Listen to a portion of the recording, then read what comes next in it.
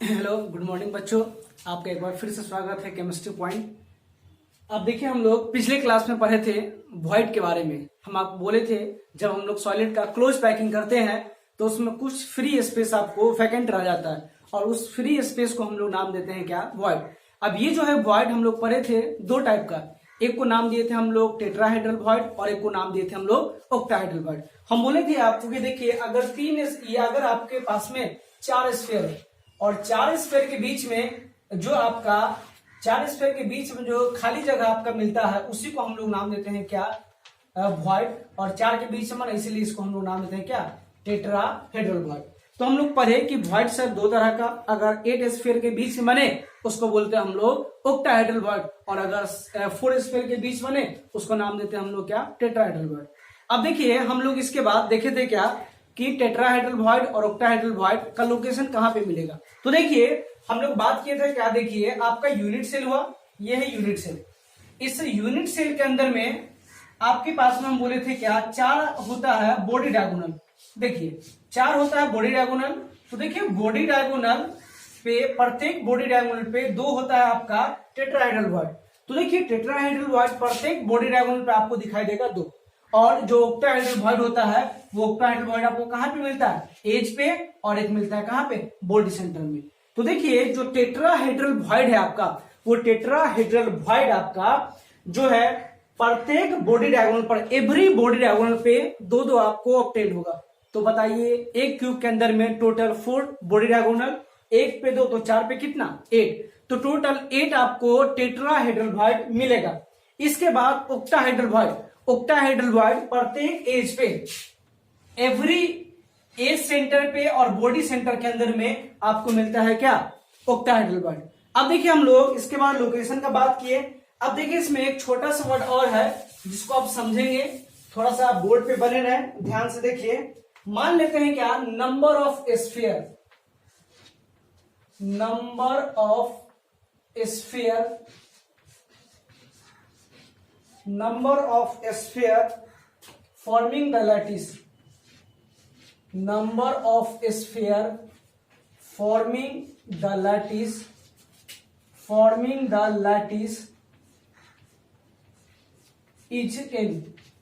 इसका मतलब ये हुआ कि मान लीजिए आपके पास में n स्फीयर है, n स्फीयर, जो n स्फीयर मिलकर पूरा का पूरा सॉलिड का फॉर्मेशन कर रहा है, n स्फीयर। तो देखिए अगर मान लीजिए n स्फीयर मिलकर n कोई नंबर हो सकता है। अब क्या नंबर है हम लोग बात करेंगे इसके ऊपर में। तो देखिए अगर मान लीजिए n स्फीयर मिलकर आपके सामने में पूरे लैटिस का फॉर्मेशन कर रहा है, तो इसमें अगर आपसे पूछा जाएगा कि number of octahedral void, number of octahedral void, अगर मान लीजिए आपसे पूछता है number of octahedral void per unit cell, अगर number of octahedral void per unit cell अगर आपसे पूछा गया कि बताइए number of octahedral void per unit cell में कितना होगा, इसका मतलब ये हुआ कि n स्फीयर है, नंबर में n है, जो मिलकर पूरा लैटिस का फॉर्मेशन कर रहा है। तो बताइए उसमें नंबर ऑफ ऑक्टाहेड्रल वॉइड कितना होगा? Number of tetrahedral void. तो हम लोग मान लिए क्या कि देखिए, अगर मान लिए आपके पास में octahedral void per unit cell निकालना है, ये इसको हम लोग मान लिए n नंबर में होगा, ठीक है। तो अगर ये हुआ, तो अगर हम लोग निकालना चाहे number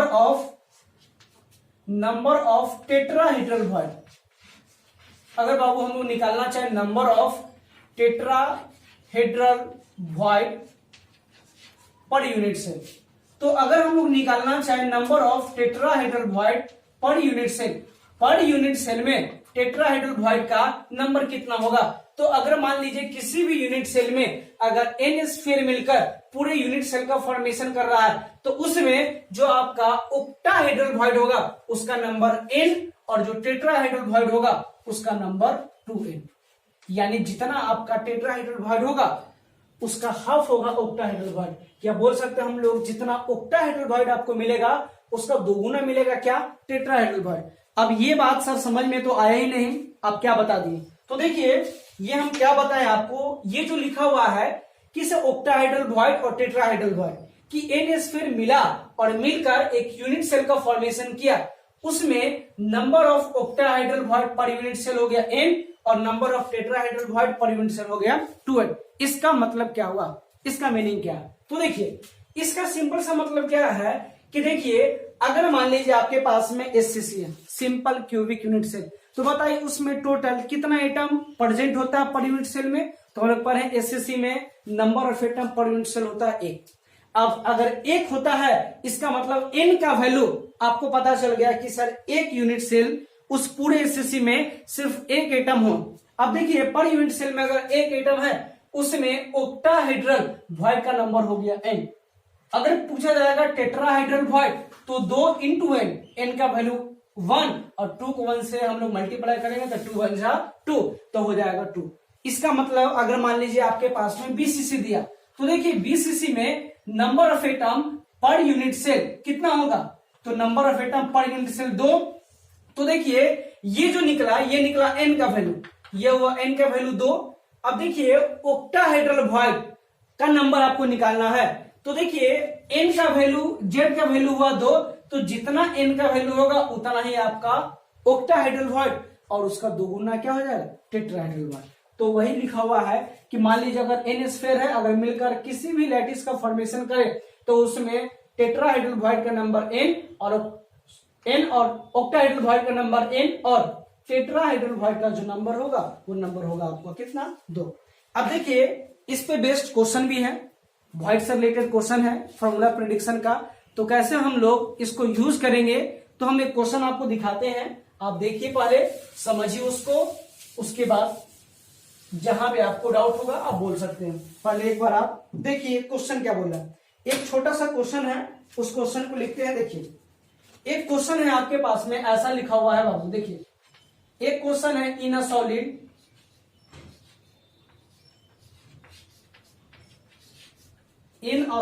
oxide ion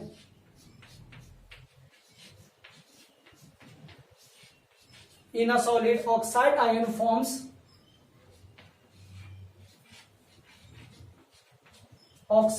forms the CCP lattice. The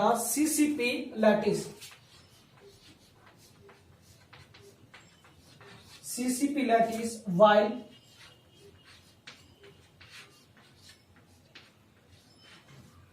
M+3 ion while M+3 occupy 2/3 of octahedral word.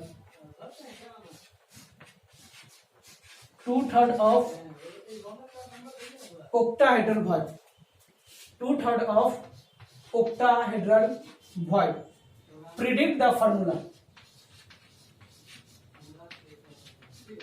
Predict the formula. आपको उसका फॉर्मूला निकालना है। एक बार आप क्वेश्चन को देखिए जरा सा।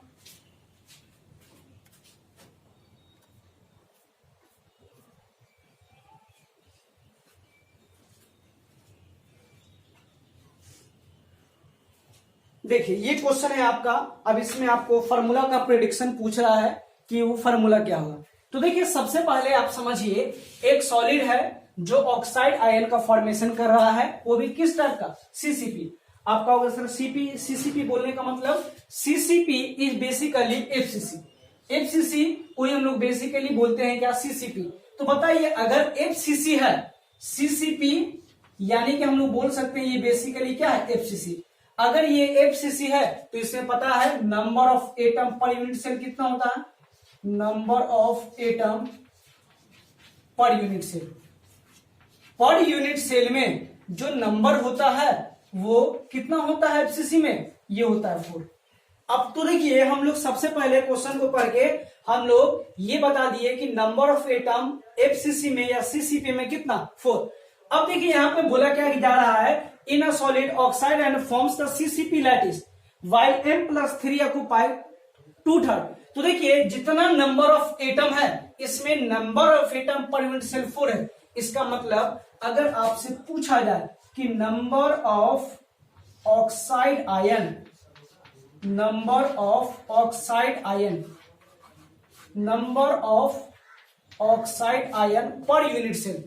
पर यूनिट सेल में ऑक्साइड आयन कितना? तो देखिए क्वेश्चन बोल रहा है क्या, ऑक्साइड आयन बना रहा है सीसीपी बना रहा है, इसका मतलब सीसीपी में नंबर ऑफ एटम कितना? 4। इसका मतलब ये हुआ, ये नंबर में हो गया 4। अब देखिए जरा सा, lattice occupy the 2/3 of octahedral void. अगर यहां से हम लोग निकालना चाहें नंबर ऑफ M+3 पर यूनिट सेल में M+ कितना होगा? तो जरा सा देख लीजिए, हम आपको बोले नंबर ऑफ एटम जितना होगा उतना ही आपका क्या होगा? Octahedral void. अब देखिए इसमें ऑक्साइड आयन जो है ये बना रहा सीसीपी, इसमें नंबर ऑफ एटम 4। अगर नंबर ऑफ एटम 4 हुआ तो इसमें ऑक्टाहेड्रल वॉइड भी 4, टेट्राहेड्रल वॉइड इसका 2 गुना। क्योंकि नंबर ऑफ एटम 4 है तो इसीलिए इसमें ऑक्टाहेड्रल वॉइड होगा 4। और अगर हम लोग टेट्राहेड्रल का बात करेंगे तो ये होगा 2n। लेकिन यहां पर बोल रहा है क्या, ऑक्टाहेड्रल वॉइड के 2/3 पोजीशन पे मिल रहा है, तो बताना ऑक्टाहेड्रल वॉइड का नंबर कितना? 4। और इसके 2/3 पे इसको हम मल्टीप्लाई करेंगे तो कितना? 8/3। अब देखिए सिंपल सा फॉर्मूला आप लिख सकते हैं।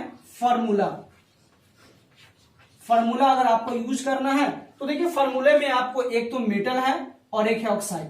तो देखिए मेटल नंबर में कितना निकाले हैं? 8/3 लिखिए। ऑक्साइड आयन कितना निकाले हैं? 4। अब देखिए क्रॉस तो आपको मल्टीप्लाई आता होगा, क्रॉस मल्टीप्लिकेशन। तो देखिए ये हो गया 8, ये कितना हो जाएगा? 12। ये इसको हम लोग 4 से कैंसिल कर सकते हैं, तो इसका फॉर्मूला आ जाएगा M2O3। तो देखिए इस तरह के क्वेश्चन में हम लोग ऐसा यूज कर सकते हैं, हम लोग ऐसा बोल सकते हैं। तो देखिए जब भी अगर मान लीजिए वॉइड का क्वेश्चन अगर आपको दिखाई देता है तो सबसे पहले आपको ये पता होना चाहिए कि अगर नंबर ऑफ एटम अगर 1 है तो उसमें ऑक्टाहेड्रल वॉइड भी 1 होगा और टेट्राहेड्रल वॉइड कितना होगा? ये होगा आपका 2। जितना आपका ऑक्टाहेड्रल वॉइड मिले उसका 2 गुना आपको क्या मिलेगा? Tetrahedral void. चलिए तो हम लोग अब आगे की तरफ चलते हैं और थोड़ा सा हम लोग बात करते हैं रिलेशन का। थोड़ा सा हम रिलेशन बात करते हैं एज लेंथ और रेडियस के बीच में, ठीक है? तो देखिए हम लोग का अगला टॉपिक है relationship between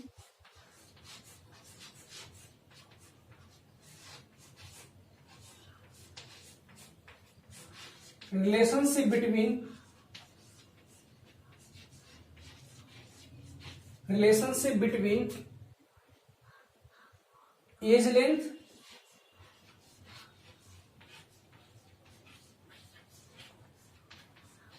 and atomic radius. Edge length and atomic radius. Edge length और एटॉमिक रेडियस के बीच में आपको रिलेशन निकालना है, आपको रिलेशन फाइंड आउट करना है। तो देखिए हम लोग का टॉपिक है आज का कि रिलेशन अगर आपको बताना है किस किस के बीच में, तो आपको रिलेशन बताना है एज लेंथ के बीच में और एटॉमिक रेडियस के बीच में। तो हम लोग कैसे करके हम लोग बता सकते हैं? तो देखिए, तो सबसे पहले आप जानते हैं एज लेंथ। एज लेंथ हम लोग किसको बोलते हैं? 2 एटम के बीच में जो आपका ये एटम, ये जो आपका यूनिट सेल है, एक कॉर्नर से दूसरे कॉर्नर के बीच का जो डिस्टेंस होता है इसको नाम देते हैं हम लोग क्या? Edge length. Atomic radius, atomic radius का मतलब क्या है? देखिए अगर कोई एटम है उसके सेंटर से लेकर उसके न्यूक्लियस से आउटर मोस्ट इलेक्ट्रॉन के बीच का जो डिस्टेंस होता है उस डिस्टेंस को हम लोग नाम देते हैं क्या? Atomic radius. तो देखिए इन दोनों के बीच में आपको रिलेशन फाइंड आउट करना है, तो हम लोग करेंगे कैसे? तो देखिए सबसे पहले मान लीजिए आपके पास में जो सबसे पहला यूनिट सेल है वो है सिंपल क्यूबिक यूनिट सेल। आपके पास में सबसे पहला simple cubic unit cell, simple cubic unit cell आपके पास में सिंपल क्यूबिक यूनिट सेल है। और सबसे पहले आपको इस दोनों के बीच में, किसके बीच में? एटॉमिक रेडियस और एज लेंथ के बीच में आपको रिलेशन निकालना है। तो देखिए सिंपल क्यूबिक यूनिट सेल, आपको पता है सिंपल क्यूबिक यूनिट सेल हम लोग किसको बोलते हैं? ऐसा यूनिट सेल जिसमें एटम सिर्फ या सिर्फ कॉर्नर पे मौजूद हो और कहीं पे भी नहीं। इस तरह के यूनिट सेल को हम लोग नाम देते हैं क्या? Simple cubic unit cell. देखिए ये है कॉर्नर, ये है कॉर्नर, ये कॉर्नर, ये कॉर्नर है, ये कॉर्नर है, कॉर्नर कॉर्नर है, ठीक है, ये भी कॉर्नर है आपका। तो देखिए ये कॉर्नर है, इस कॉर्नर से लेकर इस कॉर्नर के बीच का डिस्टेंस क्या कहलाता है? Atomic radius, sorry edge length. ये क्या कहलाता है आपका? Edge length. तो देखिए यहां से लेकर यहां तक का डिस्टेंस है आपका, जिसको हम लोग नाम दे दिए क्या? ये आपका है एज लेंथ। अब एज लेंथ और एटॉमिक रेडियस, इस दोनों के बीच में रिलेशन निकालना है। तो देखिए अगर मान लीजिए आप इसको जूम करिएगा तो ये एटम कॉर्नर का ये एटम दोनों एक दूसरे के टच में आपको दिखाई देगा। तो देखिए अगर आपको टच में दिखाई देगा, कुछ इस तरह का स्ट्रक्चर आपको दिखाई देगा।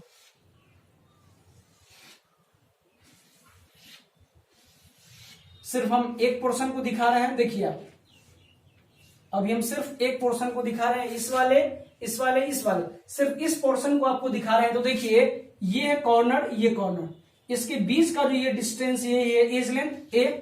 आपको पता है ये जो है एटॉमिक रेडियस, यहां देखना ये सेंटर और ये सरकमफ्रेंस, सेंटर से सरकमफ्रेंस के बीच का डिस्टेंस ये है रेडियस, सेंटर और ये सरकमफ्रेंस के बीच का डिस्टेंस ये है क्या?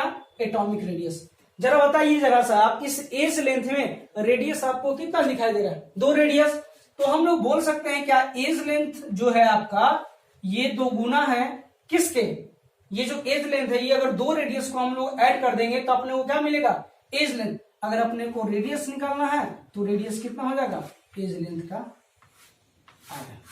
तो देखिए ये हुआ एटॉमिक रेडियस और एज लेंथ के बीच में रिलेशन, और वो रिलेशन सबसे पहले जो दिखाई दिया आपको रिलेशन कौन सा? ये है आपको सिंपल क्यूबिक यूनिट सेल। तो सिंपल क्यूबिक यूनिट सेल में एज लेंथ और रेडियस के बीच में ये रिलेशन है।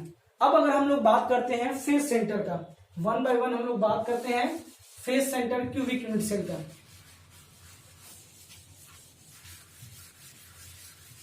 देखिए अगर हम लोग बात करें, दूसरा है फेस सेंटर।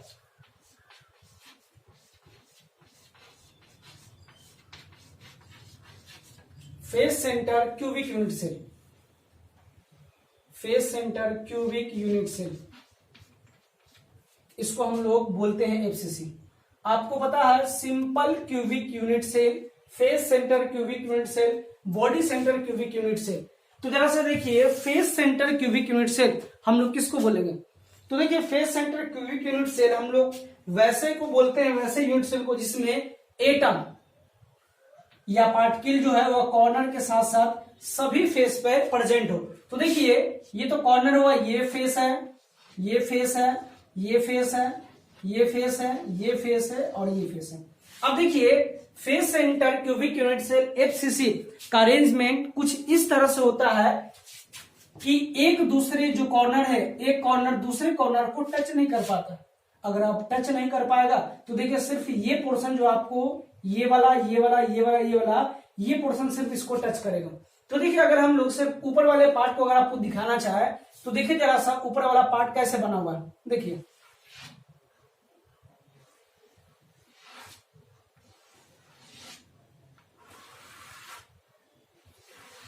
देखिए कुछ ऐसे यूनिट सर ये आपका बना हुआ है एफसीसी। ये ऊपर वाले को सिर्फ दिखाए हैं। तो देखिए ये जो है आपका, आपको पता है ये वाला और ये वाला, ये है आपका एज लेंथ नहीं ना है। अब देखिए ये आपका जो है ये आपका रेडियस, ये है आपका रेडियस और ये है आपका 2 रेडियस। देखिए अब देखिए जरा सा, अगर हम लोग एक छोटा सा नेमिंग करें, आपको नेमिंग हम करके दिखाते हैं। देखिए अगर हम आपको नेमिंग करके अच्छा ये बताना, ये कॉर्नर और ये भी कॉर्नर, ये क्या है? ये भी आपका एज लेंथ है। अब देखिए ये है रेडियस, ये है रेडियस और ये 2 रेडियस है। अगर हम लोग नाम दे दें ट्राइंगल ए बी और इसको सी दे दिए, आपको एक ट्राइंगल दिखाई दे रहा है, ट्राइंगल एबीसी। अगर हम लोग बात करें इन ट्राइंगल एबीसी, एबीसी में अगर आपको हम बोले कि देखिए ट्राइंगल एबीसी में अगर आप देखना चाहे तो ये आपका क्या है? ये ए बी, ये आपका बीसी और ये है आपका एसी। अब देखिए पाइथागोरस फॉर्म में आपको पता है, अगर हम लोग लिखना चाहे ए बी स्क्वायर तो क्या लिख सकते हैं? बीसी स्क्वायर प्लस ए सी स्क्वायर, यही लिख सकते हैं। और देखिए अगर हम लोग यहां से स्क्वायर हटा दें, उधर रूट आ जाएगा, ये हो जाएगा बी सी स्क्वायर प्लस ए सी स्क्वायर, यही होगा। अब देखिए ए बी, ये देखना ए बी में कितना है रेडियस, 1 2 और 2 4। तो देखिए ए बी को हम लोग ऐसे बोल सकते हैं, देखिए इसमें आर है, एक 2r है और एक आर है। इसके बाद बीसी, ये रहा आपको बीसी, ये क्या है, ये आपका एज लेंथ है ए स्क्वायर। एसी क्या है, ये भी आपका एज लेंथ है, देख लीजिए ए स्क्वायर। अब देखिए अगर हम लोग सारे को ऐड कर देंगे, ये कितना हो जाएगा 4r, और 4r बराबर ये कितना हो जाएगा √2a। अब देखिए अपने को r निकालना है, तो r बराबर लिख सकते हैं 2/4 × a, लिख सकते हैं ऐसा। अब देखिए छोटा सा मैथमेटिक्स हम लोग यूज करते हैं, छोटा सा देखिए, अब जो r आपका निकल के आया, देखिए r, ये r आपका निकल के आया क्या, √2/4 × a। क्या हम लोग इसको थोड़ा सा एक्सपेंड कर सकते हैं, देखिए तो ये है √2 और 4 को हम लोग क्या ऐसा लिख सकते हैं, देखिए तो 2 × √2 × √2। देखिए जरा सा, √2 × √2 कितना हो जाएगा 2, और 2 जा 2 को हम लोग 2 से मल्टीप्लाई करेंगे तो कितना 4। तो ऐसे करके भी लिख सकते हैं, एक रूट से एक √2 खत्म, ये क्या बच जाएगा a/2 √2। तो देखिए या तो आपको ऐसा लिखा हुआ मिल जाए √2/4a, या आपको ऐसा लिखा मिल जाए, दोनों सेम है, दोनों में कोई भी डिफरेंस आपको नहीं पता चलना चाहिए। तो देखिए r बराबर हम लोग ऐसा लिख सकते हैं क्या, √2/4a, या हम लोग लिख सकते हैं a/2 √2। तो देखिए या तो आपको ऐसा मिल सकता है या फिर ऐसा। तो देखिए अगर ऐसा मिल जाए, बहुत सारे बुक में आपको ऐसा मिलेगा, बहुत सारे बुक में आपको ऐसा मिलेगा, तो जो मिल जाए आपको समझना है कि दोनों एक ही है, दोनों अलग नहीं है, ठीक है। आप एक बार इसको अच्छे से देखिए।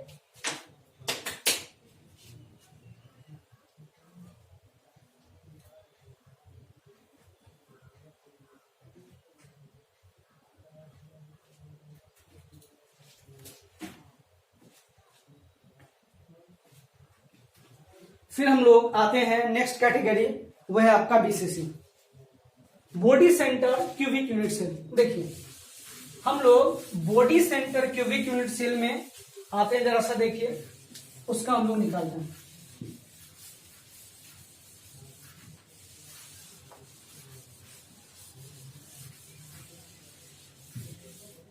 बॉडी सेंटर, तो देखिए बॉडी सेंटर, ये तीसरा कैटेगरी है, body centre cubic unit cell BCC. इस बीसीसी में आपको एज लेंथ और एटॉमिक रेडियस के बीच में रिलेशन निकालना है। देखिए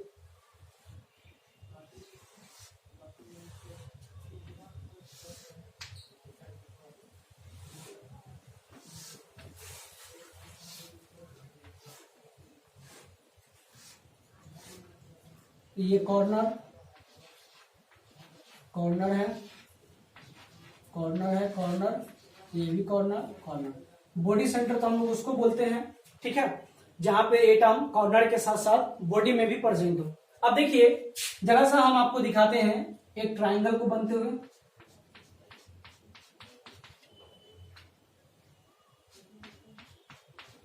देखिए आपको एक ट्राइंगल बनता हुआ दिखाई दे रहा है, देखिए एक ट्राइंगल बनता हुआ दिखाई दे रहा है, इसको हम बोल दिए ए, इसको बोल दिए बी, इसको बोल दिए सी।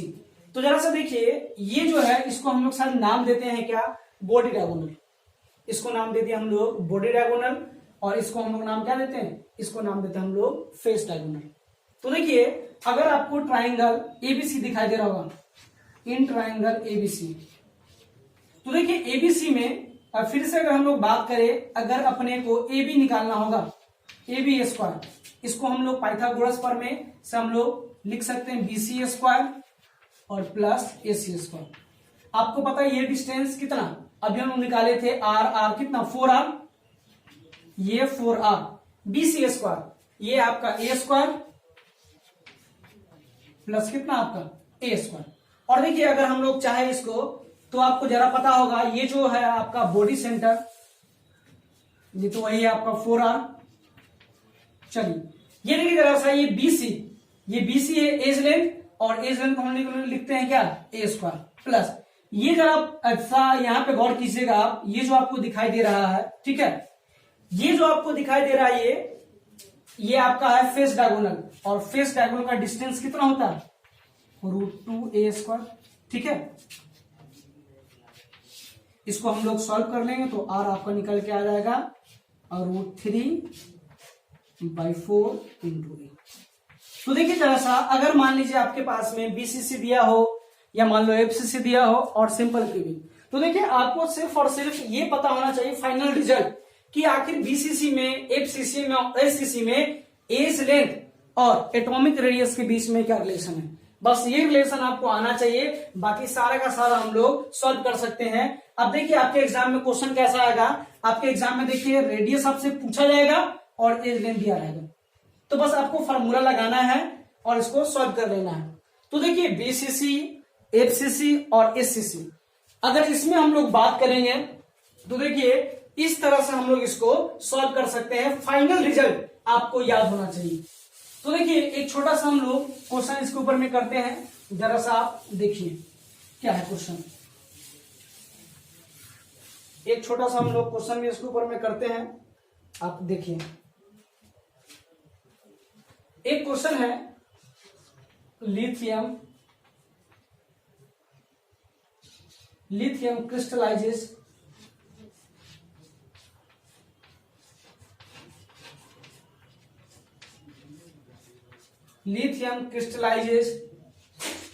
in FCC स्ट्रक्चर, या FCC लैटिस आप बोलो, इन FCC लैटिस बोला गया है with edge length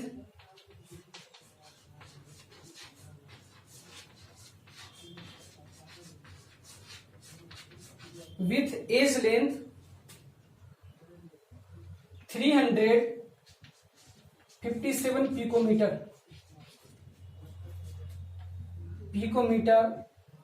then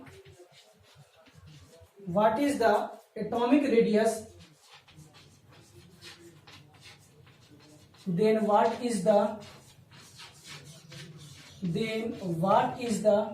atomic radius of lithium. देखिए ये आपसे क्वेश्चन किया गया एज लेंथ और एटॉमिक रेडियस से रिलेटेड। अब इस क्वेश्चन को सॉल्व कैसे करना है, देखिए सबसे पहले आपको बोला गया लिथियम जो है वो FCC लैटिस में क्रिस्टलाइज है, जिसका एज लेंथ आपको दिया हुआ है 357 पिकोमीटर। तो आप लिखिए, आपको एज लेंथ दे रखा है 357 पिकोमीटर, ये दे दिया। आपसे पूछा है क्या एटॉमिक रेडियस इसका क्या होगा। तो सबसे पहले आप देखिए मन में तो एक क्वेश्चन आ गया कि सर अब रेडियस यहाँ पे किसका यूज करें, SCC का, BCC का या FCC का। तो इसके लिए आपको क्वेश्चन में पूरा डिटेल बोला है FCC लैटिस।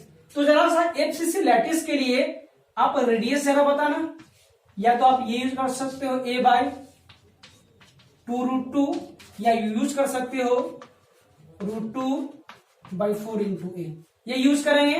तो रेडियस आपको जो मन करे यूज कर सकते हैं, a 357/2√2।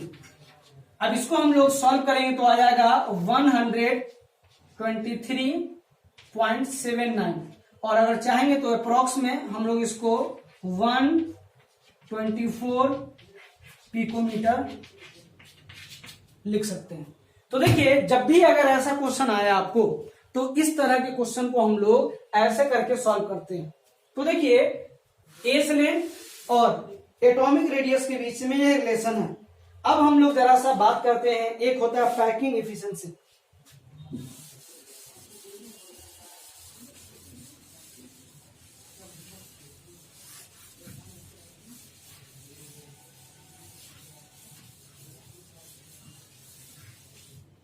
देखिए अब हम लोग जरा सा बात करते हैं पैकिंग इफिशियंसी। पैकिंग इफिशियंसी हम लोग बोल सकते हैं, उसको बोलते हैं पैकिंग फ्रैक्शन भी। तो आ जाइए हम लोग बात करते हैं पैकिंग इफिशियंसी।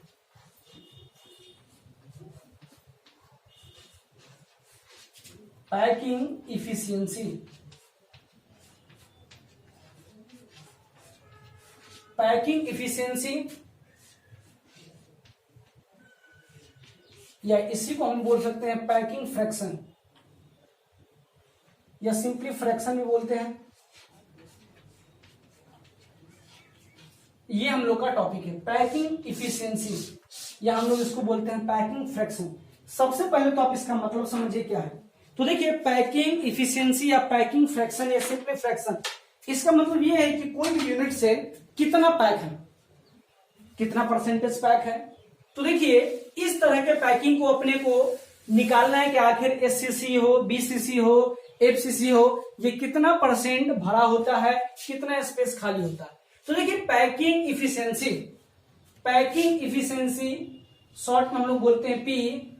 इसके लिए छोटा सा फॉर्मूला, इसके लिए फॉर्मूला है volume occupy, volume occupy per unit cell, volume occupy per unit cell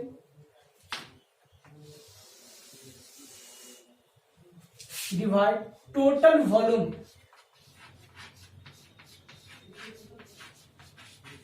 total volume of unit cell, total volume of unit cell. देखिए ये छोटा सा बात है पैकिंग इफिशियंसी का क्या है नहीं है। तो देखिए पैकिंग इफिशियंसी सिंपल सा मतलब है कि volume occupy per unit cell, per unit cell में जितना वॉल्यूम ऑक्युपाई हो रहा है उसका वॉल्यूम और जो टोटल वॉल्यूम होगा यूनिट सेल का वो। तो देखिए जरा सा हम लोग बात करते हैं छोटा सा कि देखिए ये आपका यूनिट सेल है,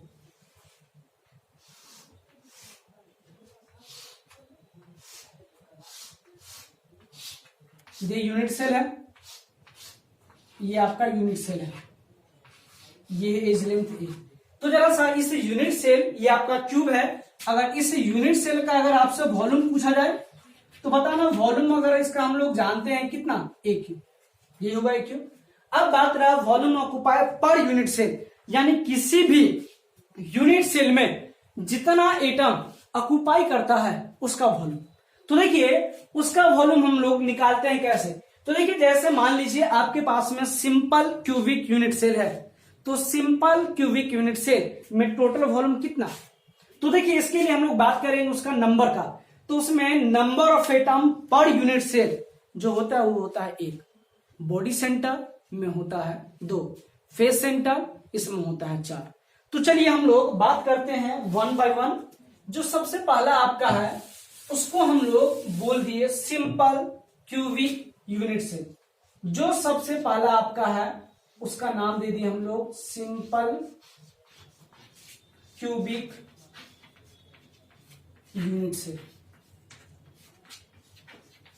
शॉर्ट में बोल दिया हम लोग इसको एससीसी।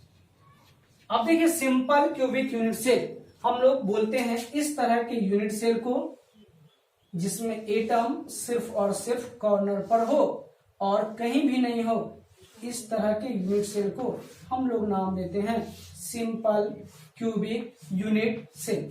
तो देखिए ये आपका यूनिट सेल बना रहा है, ये आपका यूनिट सेल है। जरा आप सोचिए जो यूनिट सेल है जो इसके चारों तरफ लगा हुआ है ये स्फीयर के फॉर्म में है।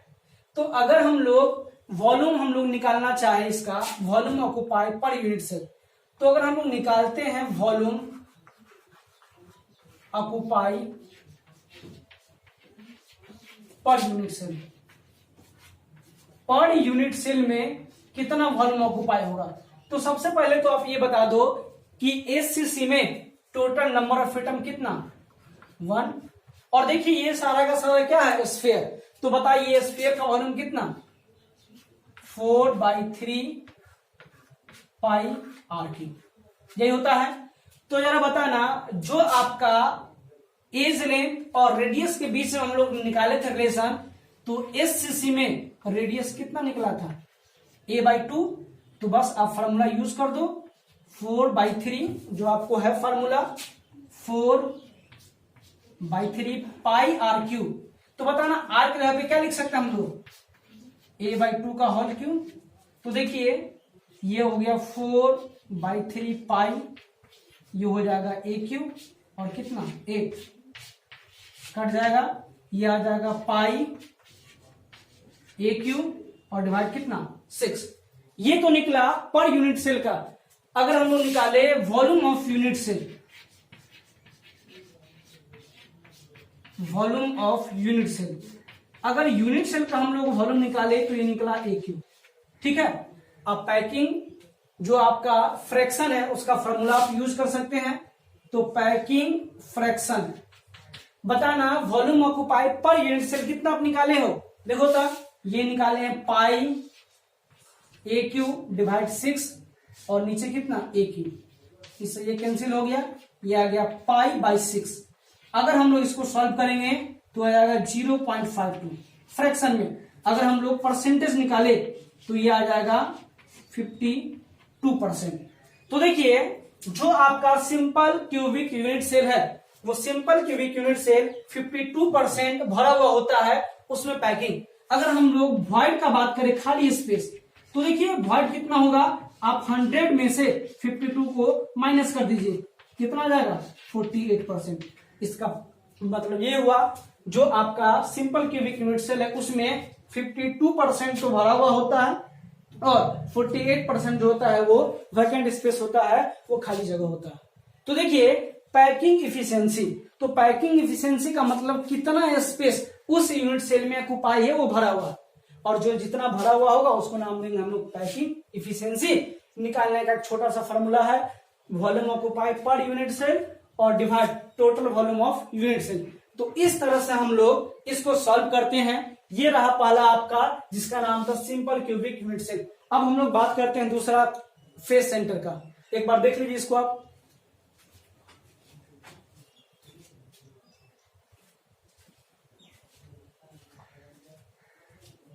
अब हम लोग बात करते हैं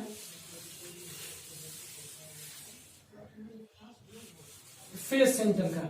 देखिए अब हम लोग बात करते हैं दूसरा है फेस सेंटर, दूसरा है face centre cubic unit cell. तो देखिए face centre cubic unit cell हम लोग ऐसे यूनिट सेल को बोलते हैं जिनमें एटम कॉर्नर के साथ साथ सभी फेस पे प्रेजेंट हो।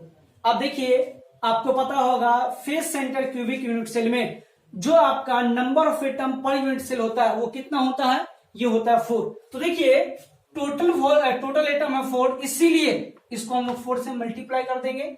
और बताना जो रेडियस होता है, रेडियस जो आपका रेडियस होता है फेस सेंटर में, ये रेडियस होता है a/2√2। अब जहां पे आपका रेडियस है, ठीक है, जहां पे आपका रेडियस है वहां पे हम लोग डाल सकते हैं। देखिए तो हम लोग इसको डालेंगे तो आ जाएगा 4 × 4/3 पाई, ये हो जाएगा a/2